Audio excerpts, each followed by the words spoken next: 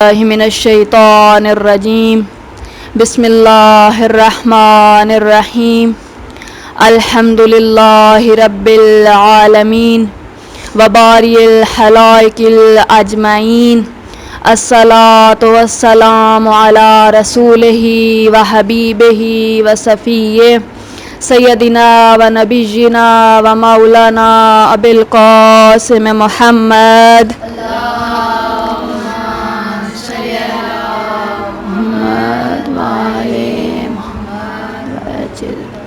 وآل الطاہرین المعصومین المنتجبین فقال امام زین العابدین علیہ السلام فی الدعاء السحر الہی اخرج حب الدنیا من قلبی۔ مولا سید الساجدین کی ایک حدیث، ایک مولا کا جملہ جو دعائے سحر میں سے جو مولا نے ابو حمزہ اسماعیلی کو تعلیم دی تھی اس میں سے آپ کے سامنے نقل کیا ہے۔ اس دعا کا جو ہے یہ والا جملہ یہ دعا کے درمیان میں آتا ہے، اس سے پہلے ایک مفصل دعا گزر چکی ہے۔ جو میرا آج کا موضوع ہے وہ یہی جملہ ہے جس میں مولا کہتے ہیں اے اللہ حب دنیا کو میرے دل سے نکال دے۔ اس طرف سامنے ہو جائے تاکہ مجھے مشکل نہ ہو ایسے میں ایک دفعہ صلوات پڑھ دیجیے برہم نے صلی علی محمد علی محمد۔ آج 2 محرم الحرام ہے اور آپ جانتے ہیں کہ جیسے کل میں عرض کر چکی ہوں یہ تبدیلی محرم نام ہی اصل میں تبدیلی کا ہے۔ یہ ایام انسان کی تبدیلی کے ایام ہیں اور جب ہم 72 پہ جا کے اپنی بات کو ختم کرتے ہیں تو ہمیں یہ دیکھنا ہوتا ہے کہ ان کی زندگیاں کیسے ایسی بنی کہ آج تک ان کے نام زندہ ہیں اور جنہوں نے اپنے آپ کو مولا حسین پہ قربان کیا۔ یہ جو مولا کہہ رہے ہیں اے اللہ دنیا کی محبت کو میرے دل سے نکال دے، تو سب سے پہلے جو چیز سمجھنا ضروری ہے وہ یہ ہے کہ دنیا ہے کیا۔ ظاہر ہے مولا متقیان کی بھی کافی سارے جملے ہمیں ایسے ملتے ہیں، نہج البلاغہ میں ملتے ہیں، دیگر احادیث میں ملتے ہیں جس میں مولا نے دنیا کی نفی کی ہے، دنیا کو طلاقیں دی ہیں۔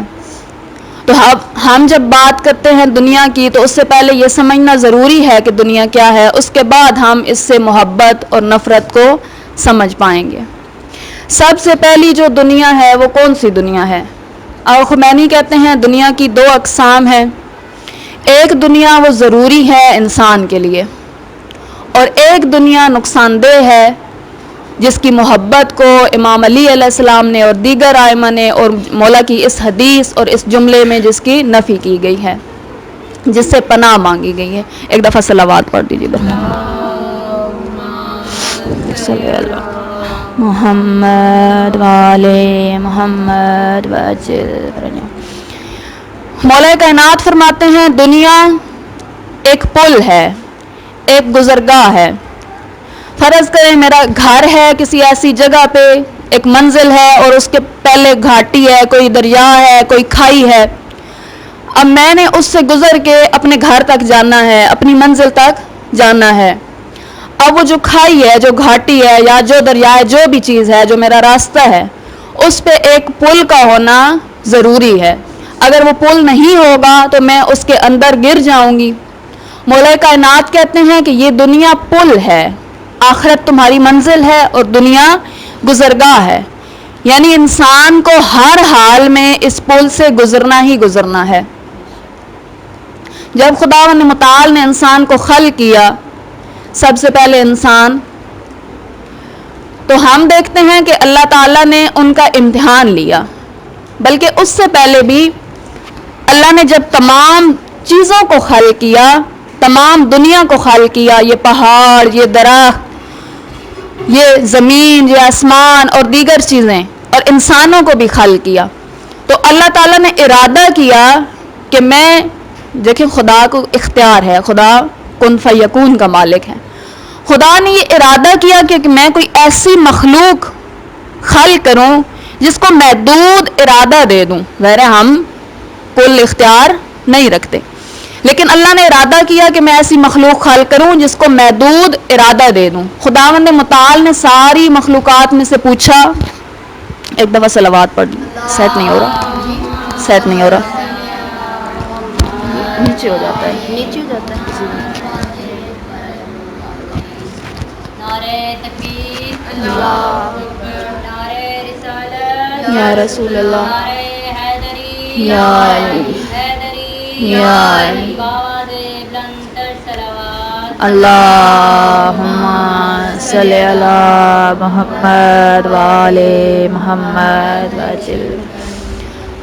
قرآن مجید کی آیت میں اس چیز کا ذکر ہے. اللہ نے تمام مخلوقات سے پوچھا کہ کون ہے جو میری اس ذمہ داری کو قبول کرے جس کو میں ارادہ دے دوں, خیر کا بھی ارادہ دے دوں, شر کا بھی ارادہ دے دوں, اور وہ پھر اس میں سے گزر کے اپنی منزل تک پہنچے. تو پہاڑ چیخ اٹھا, قرآن کی آیت ہے, پہاڑ چیخ اٹھا کہ اے اللہ میں یہ ارادہ, یہ اختیار, یہ تیری امانت تحمل نہیں کر سکتا. دیگر چیزیں بھی پکار اٹھیں کہ یا اللہ تو نے ہمیں جیسا خلق کیا ہے ہم ویسے ہی رہیں گے, ہم یہ ذمہ داری قبول نہیں کریں گے. لیکن انسان نے یہ ذمہ داری قبول کر لی. انسان نے کہا یا اللہ تو مجھے اختیار اور ارادہ دے دے, میں اس میں سے نیکی کو چن کے اور اپنی منزل تک پہنچوں گا. اللہ نے دے دی, دونوں چیزیں دے دی, خیر کا بھی دے دیا اور شر کا بھی دے دیا اختیار انسان کو. اب جب اختیار آ گیا انسان کے پاس, اللہ نے آزمائش کے لیے حضرت آدم اور اماں حوا کو ایک ایسی جگہ پہ ٹھہرایا, اور وہ دکھانے کے لیے کہ دیکھو یہ جو میں نے تمہیں ارادہ دیا ہے اس کا نتیجہ کیا ہوگا. ایک درخت جس کے قریب جانا منع کیا خداوند متعال نے, وہ ایک تجربے کے لیے تھا تاکہ انسان کو تجربہ ہو جائے کہ اس نے دنیا میں, اس گزرگاہ میں, اس پل میں کس طرح رہنا ہے. جب اللہ نے کہا کہ اے آدم اور حوا اس درخت کے قریب نہ جانا, تو ادھر سے شیطان بھی, ظاہر ہے فرشتے پہلے خلق ہوئے ہیں چونکہ انسان سے, شیطان بھی اپنا کام کر رہا تھا. اور وہ قوت جو اللہ نے انسان کو دی تھی, یہ دونوں قوتیں انسان کے اندر ہے, چاہے شیطان انسان کے اوپر حاوی ہو یا نہ ہو. یہ دیکھیں رمضان میں حدیث ملتی ہے نا, رمضان میں شیطان قید ہوتا ہے, اس کے باوجود ہم دیکھتے ہیں کہ رمضان میں بھی ہمارا بعض دفعہ برائی کرنے پہ آمادہ ہوتے ہیں اور بعض دفعہ ہم اچھائی کرنے پہ. وہ اسی لیے ہوتا ہے کیونکہ یہ دونوں قوتیں ہمارے اندر موجود ہیں, لہٰذا وہ دونوں قوتیں حضرت آدم علیہ السلام کے اندر بھی تھیں, اور ظاہری شیطان بھی ان پہ غالب آیا اور ان کو اس درخت کے قریب لے گیا. جب اس درخت کے قریب لے گیا, وہ حضرت آدم علیہ السلام نے توبہ کی اور اللہ نے توبہ قبول کی. یعنی ایک تجربے سے گزر چکا انسان, نبی خدا اس تجربے سے گزر چکے کہ جب شر کی طاقت بھی ہوگی تو میں نے کیسے اپنے آپ کو بچانا ہے. پھر اللہ تعالیٰ نے کہا کہ میں نے جہاں کے لیے تمہیں خلق کیا ہے, جہاں سے گزر کے تم نے منزل پہ جانا ہے, جاؤ ابھی اس گزرگاہ کی طرف چلے جاؤ, وہاں سے گزر کے تم نے اپنی منزل کی طرف جانا ہے. تو یہاں پہ دیکھتے ہیں کہ انسان کو ابھی اللہ نے ارادہ دیا, اختیار دیا دونوں چیزوں کا, تو اللہ نے اس دنیا کو انسان کے لیے ضروری قرار دے دیا. اس میں رہ کے انسان نے, اب یہ انسان کا اختیار ہے کہ وہ کربلائی بنے یا کہ یزیدی بنے. ایک دفعہ صلوات پڑھ دیجیے بر محمد.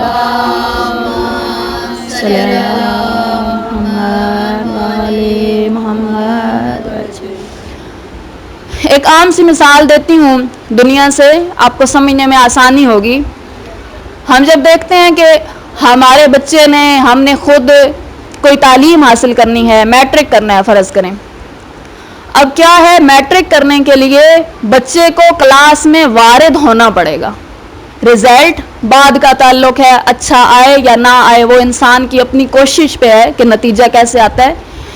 لیکن بیٹھنا پڑے گا کلاس میں اور پڑھائی کرنا پڑے گی, سلیبس کور کرنا پڑے گا. جو دورانیہ ہے, دیکھیں بھی میٹرک کا کتنا ہوتا ہے, ایک 10 سال بچہ پڑھ کے جو ہے وہ میٹرک کرتا ہے. اب تو ماشاءاللہ 10 سے زیادہ ہو گیا, وہ چھوٹی چھوٹی کلاسیں اتنی زیادہ انہوں نے نکال دی ہیں. بہرحال یہ جو دورانیہ ہے یہ انسان کو عبور کرنا ہے, تب جا کے انسان میٹرک کرتا ہے, اور میٹرک اس کی اپنی کوشش پہ ہے کہ وہ نتیجہ کیسا لے کے آتا ہے. اسی طرح یہ دنیا ہے, یہاں پہ ہمیں وارد ہونا پڑے گا. یہ پہلی حدیث مولا کائنات کی جو آپ کی خدمت میں عرض کی.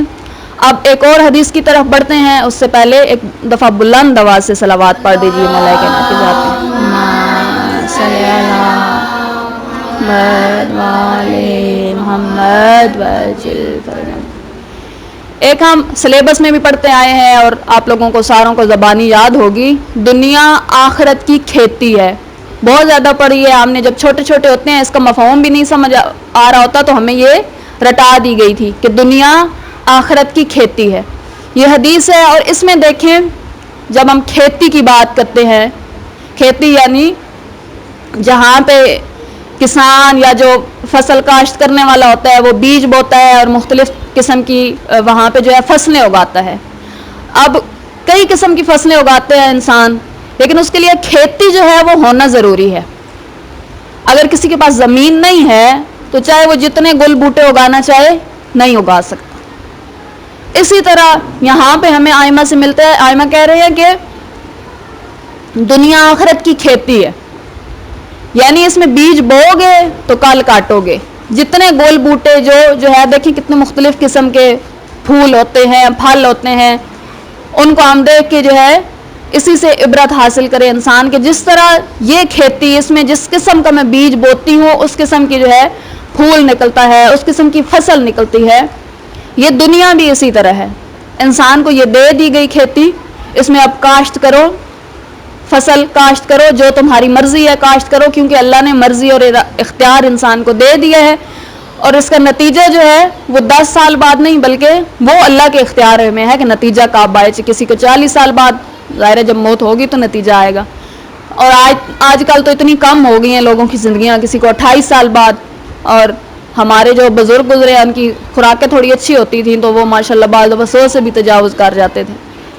لیکن اللہ نے یہ جو دورانیہ ہے اس میں انسان کو کھیتی دی ہے، اب جو ہے بیج میری اختیار کے مطابق ہے، میری مرضی کے مطابق ہے، اور موت کے وقت جو ہے اس کا رزلٹ نکلتا ہے۔ ایک دفعہ صلوات پڑھ دیجیے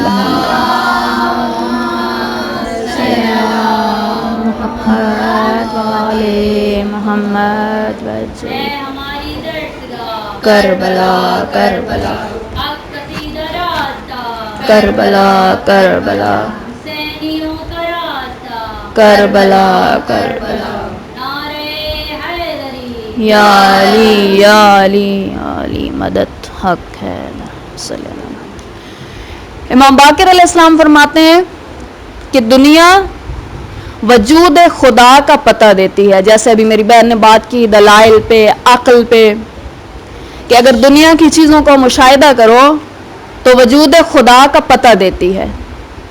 اور یہ کون سی دنیا ہے؟ یہ نیک دنیا ہے جو انسان کے لیے ضروری ہے۔ ایک آیت اللہ گزرے ہیں، ان کے گھر میں ایک انار کا پودا لگا ہوا تھا، انار کا درخت لگا ہوا تھا۔ ہم نے کتنے زیادہ دیکھے ہیں انار کے درخت، اور بعض دفعہ ہوتا ہے نا کچھ درخت پھل نہیں اٹھاتے، اس پہ ایک ہی انار لگا، کہیں جب اس کا سیزن آیا وہ کچھ عرصہ لگا رہا۔ ایک دن آگا نکلے صبح کے وقت تو دیکھا آنگن میں تو وہ انار نہیں ہے، تو انہوں نے پوچھا کہ یہاں سے انار کہاں گیا؟ تو وہ جو ان کے گھر تھا، ان کا خادم تھا کام کرنے والا، وہ پریشان ہو گیا کہ ابھی چونکہ میں نے کھا لیا توڑ کے تو آگا شاید مجھے ڈانٹیں گے، تو ایسے سہم گیا، کہنے لگا آگا میں نے کھا لیا۔ تو کہتے ہیں کوئی بات نہیں، تم نے کھا لیا، وہ کھانے کی چیز تھی۔ تو کہتے ہیں کہ آپ کو تو مال دنیا سے اس طرح محبت نہیں تھی، آپ نے ایک انار کے بارے میں کیوں پوچھا؟ آپ نے تو، میں آپ کے گھر رہتا ہوں، آپ نے مجھ سے کبھی بڑی بڑی چیزوں کے بارے میں سوال نہیں کیا، لیکن ایک مجھے چھوٹا سا پھل لگ گیا اس کے بارے میں آپ نے کیوں سوال کیا؟ تو آگے کہتے ہیں کہ میں روزانہ صبح کی نماز کے بعد وہاں پہ آ کے قدرت خدا کا مشاہدہ کرتا تھا۔ اس اتنے بڑے درخت پہ ایک انار، اور یہ مولا کی حدیث ہے نا، وجود خدا کا پتہ دیتی ہے دنیا۔ آگے کہتے ہیں میں اس ایک انار سے اللہ کی قدرت کا مشاہدہ کرتا تھا۔ اسی طرح مولا کائنات، چونکہ مولا کا جو خلافت کا ٹائم گزرا ہے اس میں تو ظاہر پہلے بھی مولا کا جو زندگی ہے وہ اس طرح نہیں ملتی، ہم لوگ ماشاءاللہ بچپن سے جانتے ہیں امام علیہ السلام کی اور بی بی فاطمہ زہرا سلام اللہ علیہ کی زندگی کیسی تھی، یعنی مال دنیا بالکل ان کے قریب پھٹکتا بھی نہیں تھا۔ اور جو خلافت کا ٹائم ہے وہ تو مولا نے اور اس طرح اپنے آپ کو بنا لیا تاکہ جو ان کی سلطنت کے اندر عام سے عام بندہ بھی جس کا مالی جو ہے لیول بہت کم ہے، بہت پست ہے، وہ بھی یہ نہ کہے کہ خدا نہ خواستہ مولا متقیان کے پاس تو یہ چیز ہے لیکن خدا نے مجھے اس چیز سے محروم رکھا ہے۔ لیکن مولا اپنے خطبات میں کثرت سے دنیا کی نفی کرتے تھے۔ ایک مشہور جملہ ہے مولا کا، ایک خطبے میں ملتا ہے کہ میں نے دنیا کو 3 طلاقیں دے دی۔ اور جو مولا نے خط لکھا نا عثمان بن حنیف کے نام، جو بصرہ کے حاکم تھے، اس میں میرا موضوع یہ نہیں ہے لیکن کیا بات کروں فضائل علی کی، بس چلا جاتا ہے انسان ادھر۔ مولا نے لکھا کہ جو بھی دنیا میں ہے ہر ایک کا ایک امام ہوتا ہے، چاہے وہ مان رہا ہو یا نہ مان رہا ہو۔ ہوتے ہیں نا بعض لوگ کہتے ہیں ہم امامت کے قائل نہیں ہیں، آپ ظاہر ہے ہم ایسے معاشرے میں رہتے ہیں کہ کثرت سے یہاں پہ اس طرح کے لوگ پائے جاتے ہیں۔ اور ابھی تو جو نئے نئے فتنے آ رہے ہیں، ظاہراً کہہ رہے ہوتے ہیں جی ہم کسی دین کے پیروکار نہیں ہیں، ہم امامت، لیکن در حقیقت وہ کسی کی پیروی کر رہے ہوتے ہیں۔ مولا کہتے ہیں کہ ہر مقتدی کا ایک امام ہوتا ہے، اور اے عثمان بن حنیف میں تیرا امام ہوں۔ ویسے وہ بلند کردار شخصیت تھے، ظاہر ہے مولا نے جن کو والی مقرر کیا تھا بصرہ کا تو وہ ایسی شخصیت نہیں ہوں گے۔ میں تمہارا امام ہوں، اور دیکھو میرے رہنے کا عالم کیا ہے کہ میں صرف نمک اور جو کی روٹی پہ اللہ کا شکر ادا کرتا ہوں۔ ظاہر ہے اس حد تک جب مال دنیا سے ایک بندے کو نفرت ہے، نفی ہے، تو ایک بندہ مولا کے سامنے سے گزرا کوفہ میں اور ایسے دنیا کو کرنے لگ گیا، دنیا ایسی ہے، دنیا ویسی ہے، یہ انسان کو گمراہ کرتی ہے، یہ کرتی ہے، وہ کرتی ہے۔ تو مولا نے کہا نہیں، تو پہچان نہیں رہا، یہ جو علی ابن ابی طالب کہتے ہیں کہ دنیا ایسی ہے، وہ تو نے علی کی معرفت کو نہیں پہچانا، تو صرف میری زبان سے سنتا آ رہا ہے کہ دنیا ایسی ہے ایسی ہے، اور تو نے وہ رٹ لیا اور اس طرح بول رہا ہے کہ دنیا ایسی ہے۔ اب میں تمہیں بتاؤں کہ دنیا کیا ہے۔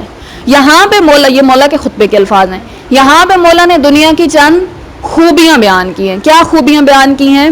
مولا کہتے ہیں کہ دنیا وحی الہی کا مقام ہے،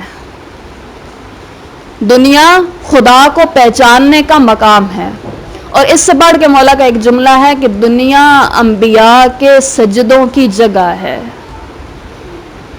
دنیا ایسی جگہ ہے جہاں پہ انبیاء اور اوصیاء نے سجدے کیے۔ اور کیا کہتے ہیں؟ کہتے ہیں دنیا بندگان خدا کے لیے تجارت گاہ ہے۔ انسان کہاں پہ جا کے تجارت کرتا ہے؟ بازار میں۔ لیکن مولا کہتے ہیں جو بندگان خدا ہے ان کے لیے ایک بازار ہے، وہ تجارت کے لیے یہاں پہ آتے ہیں۔ یا علی یا علی یا علی اللہم صلی علی محمد وآل محمد وعجل فرجہ۔ مولا کہتے ہیں دنیا سچائی کا گھر ہے، دنیا سچائی کا گھر ہے۔ کن لوگوں کے لیے؟ جو اس کی سچائی کو سننا چاہتے ہیں، جو اس کی سچائی کو دیکھنا چاہتے ہیں، جو اس کو باور کرنا چاہتے ہیں کہ یہ سچائی کا گھر ہے۔ اور پھر کہتے ہیں یہ دوستان خدا کی عبادت کی جگہ ہے، لہٰذا دنیا مذموم نہیں ہے۔ یہ والی دنیا جو مولا کائنات کہہ رہے ہیں۔ اگر اس صدی کی بات کی جائے، ابھی تو خیر اگلی صدی شروع ہو گئی ہے، گزشتہ کی بات کی جائے، شہید چمران ایک بلند نام ہے محبان اہل بیت میں، اور پچھلی دفعہ میں نے تعارف کروایا تھا، آپ لوگ بخوبی جانتے ہیں شہید چمران کون تھے۔ وہ جو ایسا مالدار شخص ظاہری اعتبار سے کہ جو امریکہ میں رہ کے اپنا ذاتی جہاز خرید سکتا تھا،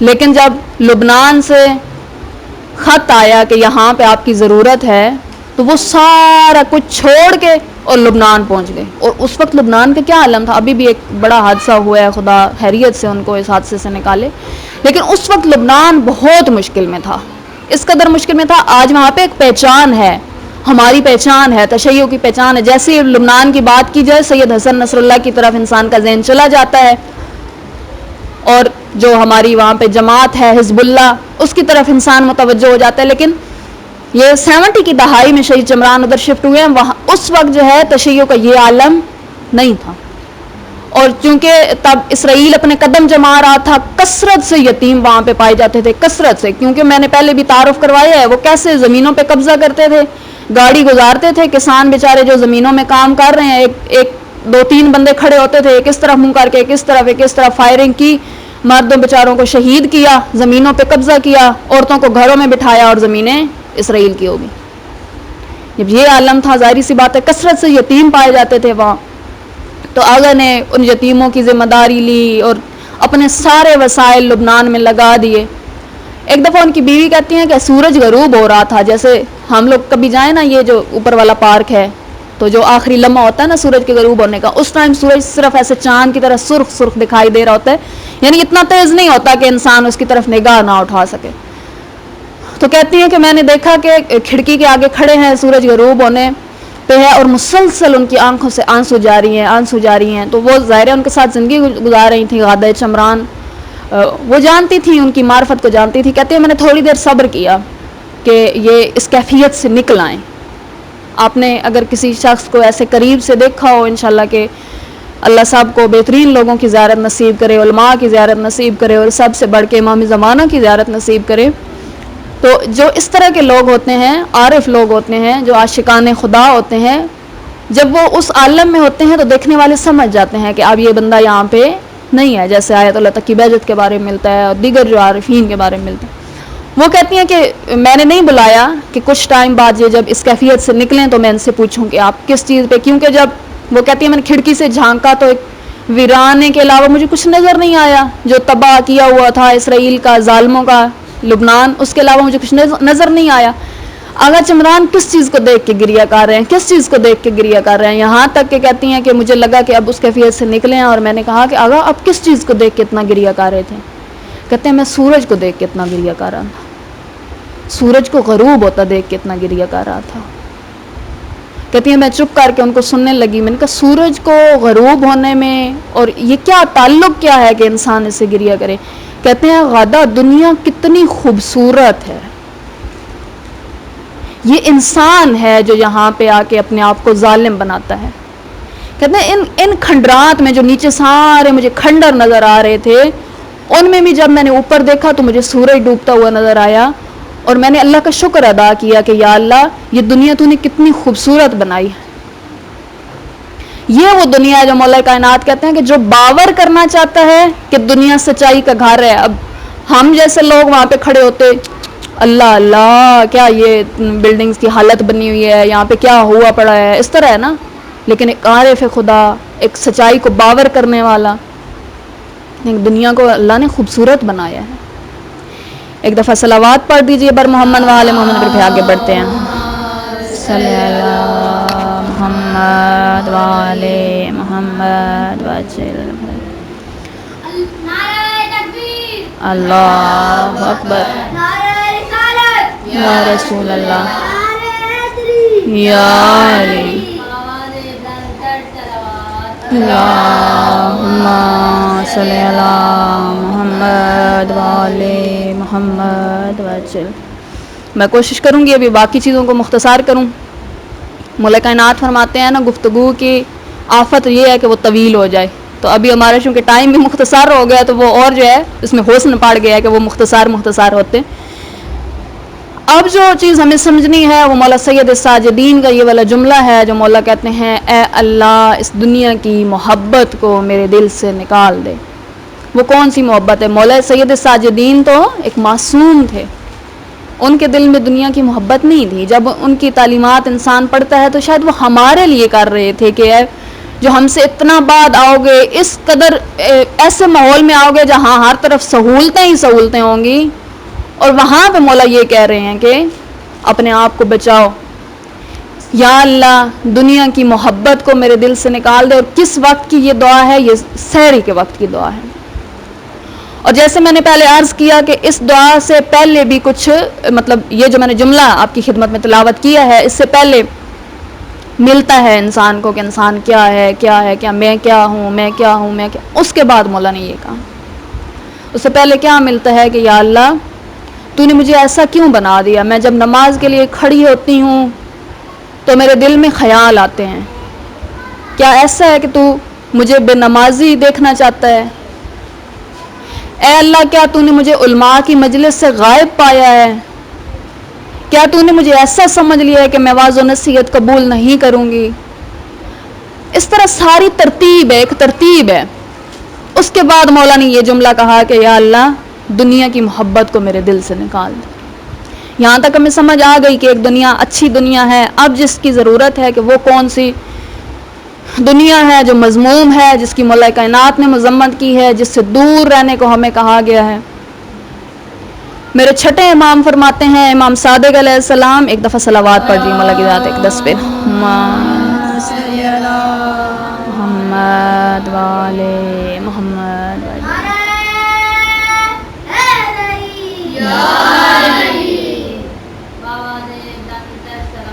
اللہم صلی علی محمد والے محمد وجل۔ مولا کہتے ہیں دنیا کی محبت نطفہ ہے برائی کا۔ اب ماشاءاللہ ساری میچور خواتین بیٹھی ہیں، میں اس کی ڈیٹیل میں نہیں جاتی۔ نطفہ کیا ہوتا ہے؟ جس سے انسان کی ابتدا ہے، اور مولا کہتے ہیں کہ یہ جڑ ہے برائی کی، جتنی بھی برائیاں ہیں وہ اس چیز سے ہیں۔ اگلی حدیث مولا کی نقل کروں گی، مولا کہتے ہیں کہ ایک ایسا ریوڑ ہو، ایسی بھیڑ بکریاں ہوں جن کا نگہبان کوئی نہ ہو، جن کو چرانے والا کوئی نہ ہو، اور اس پہ بھیڑیے چھوڑ دیے جائیں، 2 بھیڑیے، ایک آگے سے اور ایک پیچھے سے، اور وہ ان پہ حملہ کریں اور وہ ان کو کھائیں، وہ بھی اتنا نقصان نہیں پہنچائیں گے اس ریوڑ کو جتنا ایک مومن کے ایمان کی آفت ہے یہ حب دنیا۔ جس طرح یہ مومن کے ایمان کو حب دنیا کھاتی ہے، یہ اس بھیڑیوں کے کھانے سے بڑھ کے۔ اللہم صلی علی محمد والے۔ وہ مختصر کرنے کے چکر میں مجھے سمجھ نہیں آ رہا کہ آگے کیا کروں، ارے پیچھے کیا کروں۔ اللہ اکبر، نعرہ رسالت، نعرہ حیدری، حیدری، نعرہ صلوات۔ اللہم صلی علی محمد وعلی محمد وجل۔ امام خمینی فرماتے ہیں دنیا ایک مومن، حب دنیا ایک مومن کے دل پہ حجاب ہے، ایک پردہ ہے۔ اگر انسان اس کو بر وقت اس کا کر لے، علاج کر لے، تو وہ پردہ جتنا باریک ہوگا انسان اتنی جلدی اس پردے کو پھاڑ کے اسے نکلے گا۔ لیکن اگر وہ پردہ پختہ ہو جائے، موٹا ہو جائے، موٹا ہو جائے، اتنا موٹا، کس کپڑے کی مثال دوں، کھدر سے بھی زیادہ موٹا، تو پھر وہ انسان اور خدا کے درمیان ایسا حجاب ہے، ایسا کہ وہ پھر پھٹتا نہیں ہے۔ جب محمل ہے تو اسے پھاڑ لو۔ اگر کہتے ہیں کہ یہ حدیث ویسے وہ نقل کرتے ہیں کہ یہ مومن کے دل پہ حجاب ہے جو اللہ اور مومن کے درمیان رابطہ نہیں ہونے دیتی۔ حب دنیا، حب دنیا ایک چیز ہے، ہماری ضرورت ہے، یہ کپڑا، ایک گھر، ایک جو عام چیزیں ہیں، کچن کے آئٹم ہیں، جو مختلف چیزیں ہیں، یہ ہماری ضرورت ہیں۔ لیکن اگر ضرورت سے بڑھ کے جب انسان کہتا ہے حال من مزید، تو یہ حب دنیا ہے۔ ابھی تو ماشاءاللہ ایسا وقت آ گیا ہے کہ ہر 6 مہینے بعد گھروں کے فرنیچر چینج ہو رہے ہوتے ہیں۔ کیوں چینج ہو رہے ہیں؟ کیونکہ ڈیزائن بدل گیا۔ اور پاکستان میں غربت کی سطح کیا ہے، کوئی بیچارہ روٹی کو ترس رہا ہے اور کہیں فرنیچر چینج ہو رہا ہے۔ یہ حب دنیا ہے جو انسان کو اس چیز پہ آمادہ کرتی ہے۔ الحمدللہ مومن کے لیے تو اتنا آسان ہے۔ ہم دیکھیں جو بھی ہمارے جہاں سے ہم کہتے ہیں کہ ایک پہچان ہے ہماری تشیع کی، وہاں پہ وہ چاہے ثقافت کی وجہ سے یا چاہے جو بھی وجہ ٹھہری ہو، وہاں پہ وہ نیچے ایسے آرام سے بستر بھی لگائے، بیٹھے بھی، کھانا بھی کھایا، سوئے بھی، ان تکلفات میں پڑتے ہی نہیں ہیں۔ بر صغیر اتنے گئے گزرے لوگ نہیں ہیں ہم جو ہے بر صغیر کے لوگ یہ بنیادی طور پہ دیندار ہیں۔ آپ دیکھیں جب بھی کوئی اس طرح کا ایشو ہوتا ہے، چاہے ظاہری طور پہ کسی نے وہ کیا ہو، مطلب حجاب وغیرہ اتارا ہو، پھر بھی وہ یہ ایکسیپٹ نہیں کرتا کہ ایک اس قسم کا قانون بن جائے، مرد کی بات کر رہی ہوں، کہ عورت بے حجاب ہو جائے۔ کیوں وہ نہیں کرتا قبول؟ کیونکہ بنیادی طور پہ ہم عزت سے محبت کرتے ہیں، ہم اتنے گئے گزرے نہیں ہیں۔ لیکن ہم نے اپنے آپ کو ان چیزوں میں ڈال لیا ہے، یہ بہتر وہ بہتر. اب ایک کپڑا ہے وہ میرے جسم کو ڈھانپ رہا ہے، چاہے وہ بہت مہنگا سوٹ، معذرت میری کسی کی ذات پہ نہیں ہے، ظاہر ہے آپ لوگ دل پہ نہ لیے گا، میں خود اپنے لیے بھی اس چیز کو کرتی ہوں کہ میں اگر اس چیز میں پڑی ہوئی ہوں تو مولا کے اس جملے کے صدقے، ان ایام کے صدقے خداوند متعال ہمیں اس چیز سے نکالے. کچھ سال پہلے ایک خاتون تھی، انہوں نے مجھے ایک گرمیوں کے کپڑے دکھائے، لون کے کپڑے، تو کافی باریک سے اور دیکھنے میں لگ رہا تھا جیسے یہ کوئی پکی سی چیز ہے ایسے. تو میں نے کہا یہ کس طرح آیا ہے، تو مجھے یوں لگا، سنجیدگی سے کہہ رہی ہوں کہ یہ کوئی بہت سستی چیز ہے کیونکہ وہ اتنا باریک تھا. تو وہ کہتے ہیں کہ یہ 5,000 کے 4,500 کا سوٹ آیا ہے. تو ظاہر ہے میں تو حیران ہو گئی کہ لون 5,000 کی. میں نے کہا میں نے نہیں سنا آج تک اتنی مہنگی. کہتی ہیں یہ برانڈیڈ ہے. اچھا پھر یہ کتنے سال چلے گا؟ 5 سال تو چلے گا، ظاہر اسی بات ہے جب 5,000 کا آیا ہے. تو کہتی ہے نہیں، اس کی تو عام لون والی کیفیت ہے، اس سال نیا ہے تو اگلے سال پرانا. پھر میں نے کہا وہ پھر 1,000 والا بہتر ہے جو اس سال نیا اور اگلے سال پرانا ہے. اب وہ 5,000 اور 1,000 والے میں کیا چیز انسان کو مجبور کر رہی ہے کہ میں یہ کروں؟ میری بہنوں وہ یہی ہے، حب دنیا مجبور کر رہی ہے. ایک حد تک جو انسان کو اللہ نے وسائل دیے ہیں ان سے استفادہ کرے. وسائل دنیا سے استفادہ حقیقت میں مومن کو ہی کرنا چاہیے، لیکن پازیٹیو انداز سے. ویسے ہمیں دعائیں بھی ملتی ہیں، وسیع رزق کے لیے دعائیں بھی ملتی ہیں، لیکن وہ رزق جو انسان کو خدا سے دور کرے وہ حقیقت میں رزق نہیں ہے، وہ نعمت نہیں ہے. اگر وہ رزق مجھے حب دنیا میں ڈال رہا ہے، میری چیزیں بڑھتی جا رہی ہیں بڑھتی جا رہی ہیں بڑھتی جا رہی ہیں، تو یہ مجھے خدا کے قریب نہیں کر رہی. یہ وہ حجاب ہے جو ہمیں حدیث میں ملتا ہے کہ یہ حجاب انسان کو خدا تک نہیں پہنچنے دیتا. کچھ چیزیں میری رہ گئی ہیں، چونکہ میرا کل والا ٹاپک بھی اسی سے مربوط ہے، لہٰذا آج میں اسی پہ اختتام کرتی ہوں.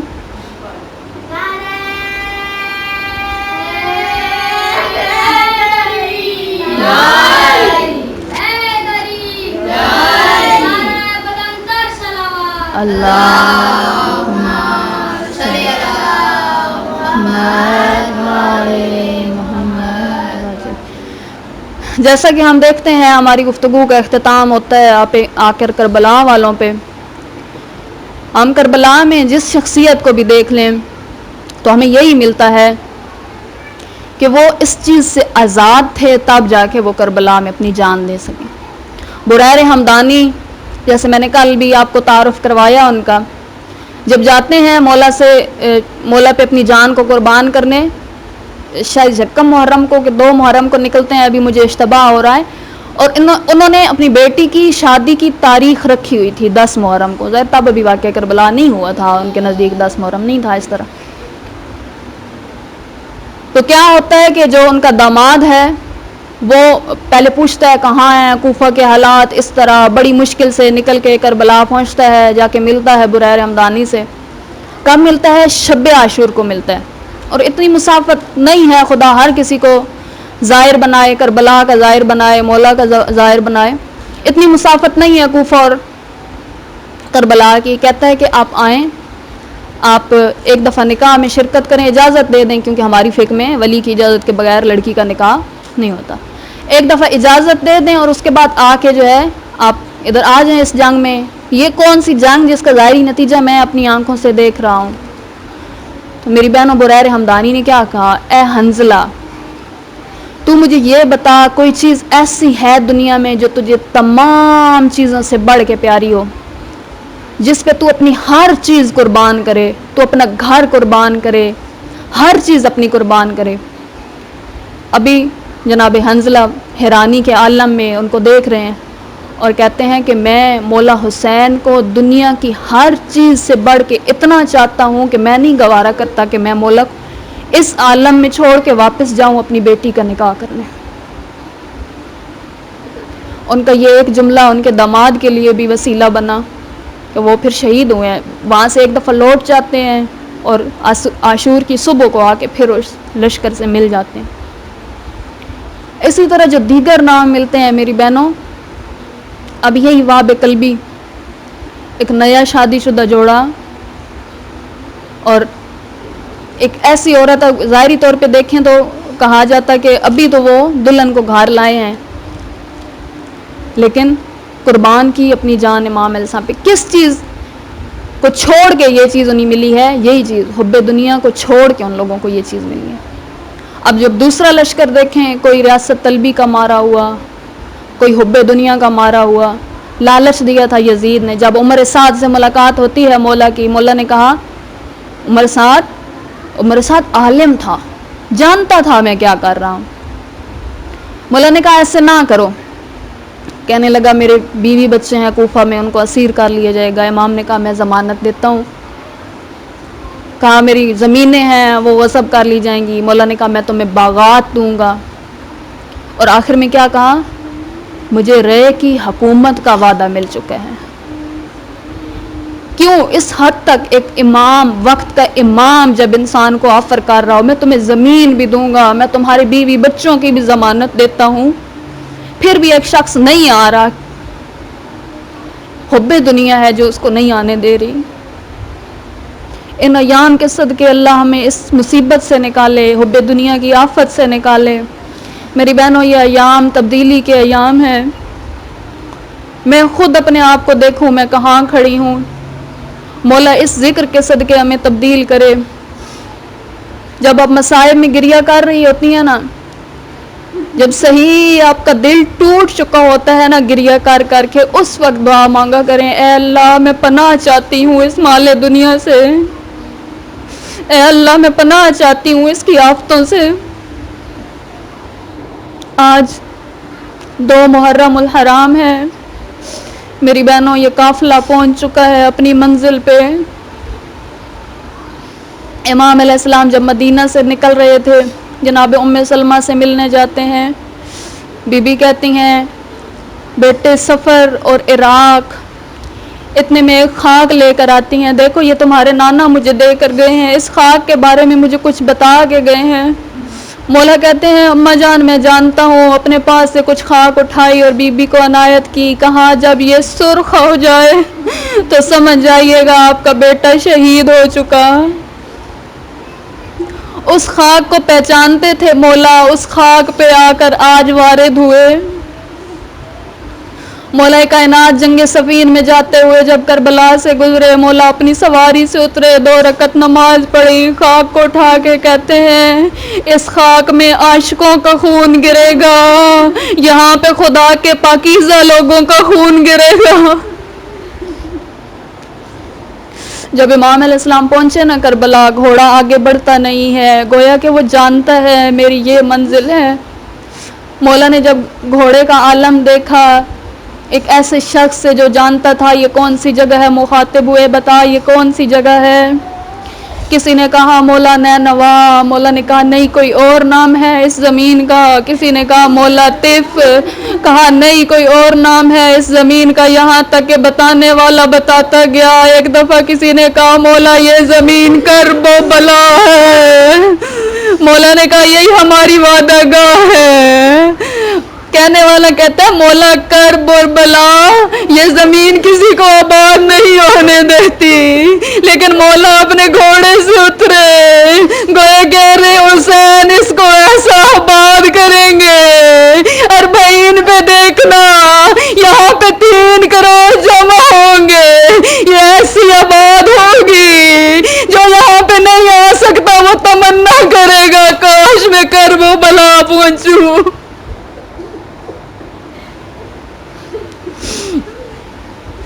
مولا نے پوچھا یہ زمین کس کی زمین ہے، ان کو بلایا جائے، بنی اسد کو بلایا گیا۔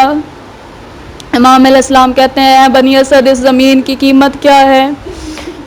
کہنے لگے مولا آپ نواسے رسول ہیں، آپ ہم سے یہ زمین ایسے لے لیں، ہم آپ کو ہدیہ کرتے ہیں۔ مولا نے کہا آل رسول ہدیہ کرنا جانتی ہے، کسی سے لینا نہیں جانتی۔ میری بہنوں مولا تو جانتے تھے کربلا حسین کی کربلا ہے، کہنے لگے ہم ایسے نہیں لیں گے زمین، بتاؤ اس کی قیمت کیا ہے؟ جتنی قیمت بتائی اس سے زیادہ دے کے میرے مولا نے خریدی، اور پھر بنی اسد کو ہبا کر دی. 3 شرائط پہ ہبا کی. کون سی شرائطیں سنو گی؟ پہلی شرط ہے بنی اسد یہاں پہ حل نہ چلانا. میری بہنوں کب کہہ رہے 2 محرم ہے، کوئی جانتا نہیں 10 کو یہاں پہ کیا ہو جائے گا. مولا کہتے یہاں پہ حل نہ چلانا. دوسری شرط کون سی؟ دوسری شرط اے بنی اسد 10 محرم کے بعد آنا، ہماری لاشوں کو دفنا دینا. اجرکم اللہ. اے غم حسین میں رونے والیوں، مولا کسی دنیا کے غم میں نہ رلائے. ابھی تیسری شرط باقی ہے. تیسری شرط سنو گی کون سی شرط ہے؟ مولا کہتے ہیں اے بنی اسد جب 40 پہ میرے ظاہر یہاں پہ جمع ہوں گے نا، 3 دن ان کے لیے کھانے پینے کا انتظام کرنا. اے مولا آپ تو پیاسے جا رہے ہیں اس دنیا سے، اپنی ظاہر کی پیاس کا اتنا خیال، آج تک کوئی ظاہر وہاں سے بھوکا پیاسا نہیں لوٹا.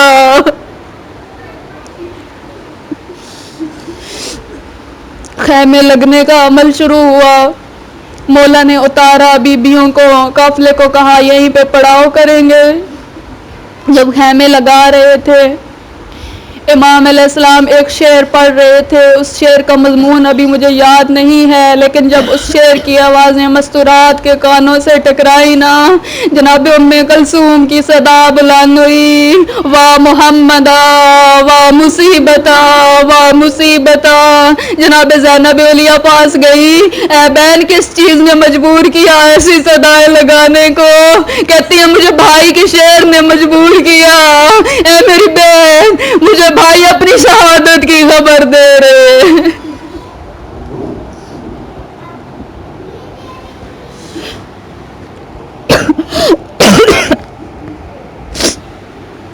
اللہ لعنت اللہ علی القوم الظالمین.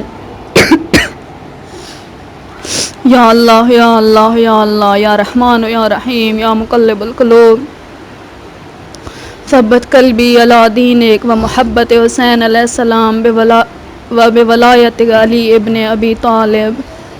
یا اللہ یا اللہ یا اللہ یا اللہ ہمارے اس قلیل سے ذکر کو اپنی بارگاہ میں قبول فرما.